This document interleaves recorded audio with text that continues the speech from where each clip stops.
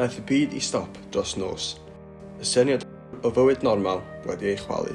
Roedd mynd allan heb fasg yn od nawr, ac roedd rhaid cadw i ffwrdd o bobl. Arholiadau wedi diflannu, ac ysgol wedi cael. Gyda canllawiau llym y llywodraeth, roedd gorfod i bawb aros adre. Nid oedd modd mynd yn bell na mynd i ffwrdd. Roedd rhaid edrych ar beth oedd gan i'n ardal leol a'n milltir sgwar ei gynnig. Gyda phobl arferol wedi cael eu dysau, pethau nofio, caffis, hyd yn oed rhai siopau, roedd rhaid chwilio yn ddyfnach. Fe ddarganfyddodd lwybrau a llefydd newydd cudd i fynd am dro, ac mewn amser mor ddiflas a chyfyngedig roedd y llwybrau hyn yn braf.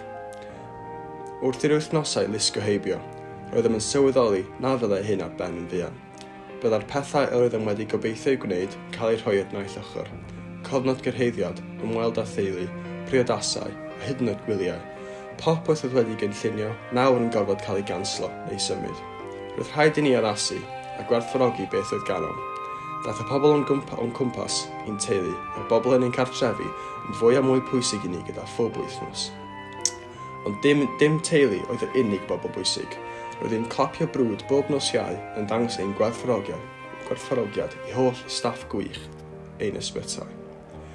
Wrth edrych yn ôl dros y cyfnod afreal yma, gallem ddweud fod rhyw ddaioni wedi dod ohono. Fe ddaethom yn agosach at ein teuluoedd a ffrindiau. Fe ffeindiom ddiddordebau newydd, pethau rydym yn dal i'w gwneud heddiw. Ein bod ni wedi methu allan ar lawer, roedd y pethau pwysig yn ein bywydau gyda ni drwy'r cyfnod hwn. Cyfnod ble daeth pawb at ei gilydd, ond ble mae'r weithred garedigaf yn od oedd cadw i ffwrdd. Nawr, gyda Nadolig ar y gorwel, rydym yn edrych ymlaen at ddigwyddiad arferol sydd heb gael ei ganslo. Nadolig llawen o blwyddyn newydd dda, neu yn hytrach, blwyddyn newydd well.